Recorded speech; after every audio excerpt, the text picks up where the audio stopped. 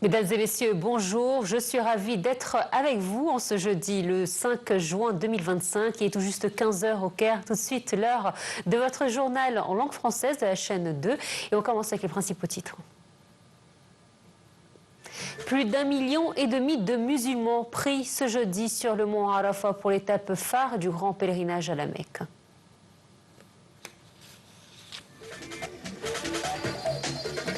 La défense civile de la bande de Gaza a annoncé la mort d'au moins 48 personnes mercredi dans des bombardements israéliens.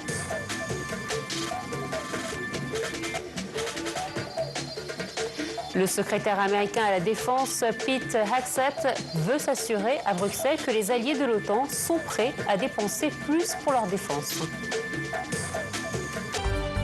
Et voici le journal en détail. Le président Abdel Fattah el-Sisi a reçu un appel téléphonique de son homologue tunisien Kais Saïd à l'occasion de l'Aïd al-Adha. Le chef de l'État a pour sa part remercié le président tunisien pour ce geste fraternel, souhaitant au peuple tunisien davantage de sécurité et de progrès. Le président Abdel Fattah el-Sisi a également reçu mercredi un appel téléphonique du sultan d'Oman, Haitham Ben Taher el-Saïd, au cours duquel il a félicité à l'occasion de l'Aïd al-Adha, ou la fête du sacrifice. Le président el-Sisi a de son côté remercié le sultan pour ce geste généreux, soulignant la profondeur des relations historiques entre les deux pays. Toujours à l'occasion de l'Aïd al-Adha, le président Abdel Fattah el-Sisi a reçu un message de félicitations du grand imam d'Al-Azhar, Dr Cheikh Ahmed Taïeb, le conseiller Hanafi Gibel, président du Conseil des députés, le conseiller également Abdel Waheb Abdelrazek, président du Sénat, le Premier ministre Dr Moustapha Madbouli, ainsi que plusieurs ministres et de hauts responsables de l'État ont de même envoyé des messages similaires au chef de l'État à l'occasion de la fête. Et justement, plus d'1,5 million de musulmans pris ce jeudi sur le mont Arafat pour l'étape phare du grand pèlerinage à la Mecque. Les autorités saoudiennes ayant appelé les fidèles à ne pas s'exposer à l'extérieur durant les heures les plus chaudes. Voici les détails avec Rocha Samir et Perihan Farou. Dès l'aube, les fidèles se rassemblent pour prier et réciter le Coran sur le mont Arafat, situé à environ 20 km de la Mecque. Les fidèles se rendront ensuite à Muzdalifa où ils ramasseront des cailloux afin de procéder à la symbolique lapidation du diable vendredi. Le mont Arafat offrant peu ou pas d'ombre, les pèlerins sont directement exposés au soleil du désert pendant de longues heures. Pour prévenir malaise et coups de chaleur, les autorités saoudiennes ont appelé les fidèles à rester dans les tentes où ils sont installés entre 10 h et 16 h quand le soleil est à son zénith. Selon les derniers chiffres officiels fournis mercredi, plus de 1,5 million de fidèles sont arrivés en Arabie Saoudite pour le Hajj.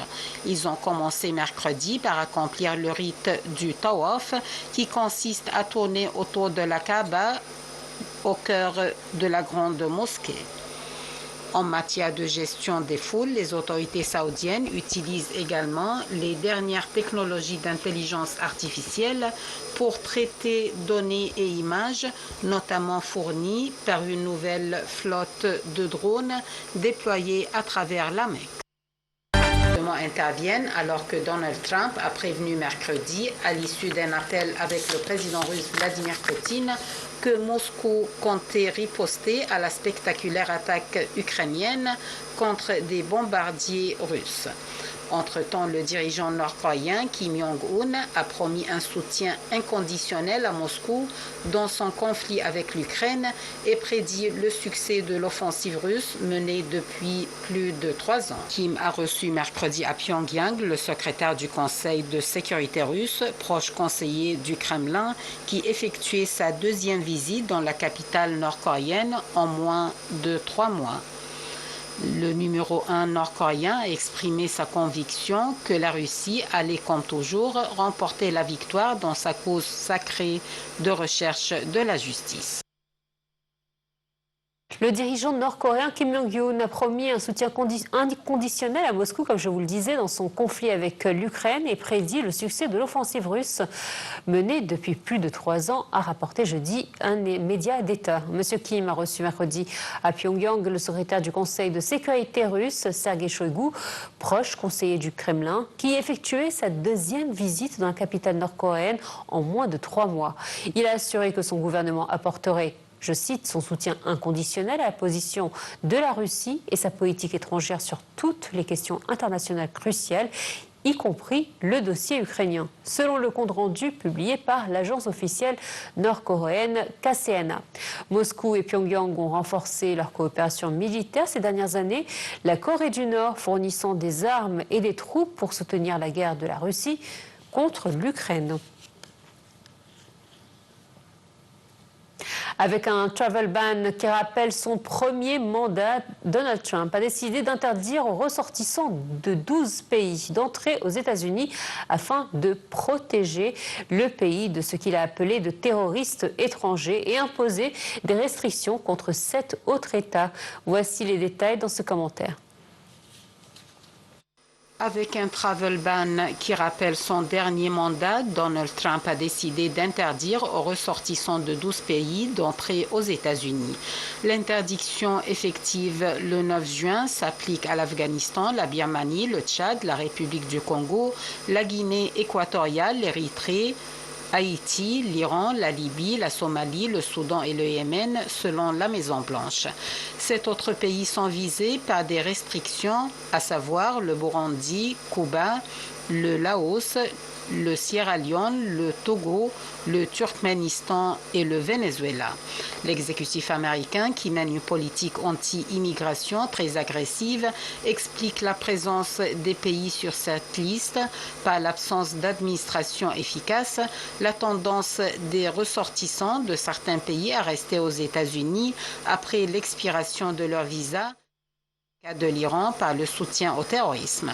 Des exceptions sont prévues pour les déteneurs de certains visas et pour des personnes dont le voyage aux États-Unis sert l'intérêt national. Les footballeurs participant à la Coupe du Monde de 2026 qui se déroulera aux États-Unis, au Mexique et au Canada, ainsi que les athlètes des Jeux olympiques de Los Angeles 2028 ne seront pas concernés par les restrictions.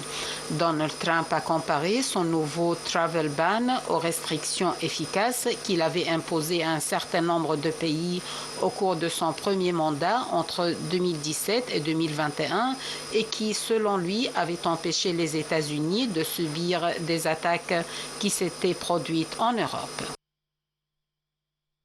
Voilà, c'est la fin de ce journal. Merci de nous avoir suivis. Très bonne fête de l'Aïd à toutes et à tous et à très bientôt. Au revoir.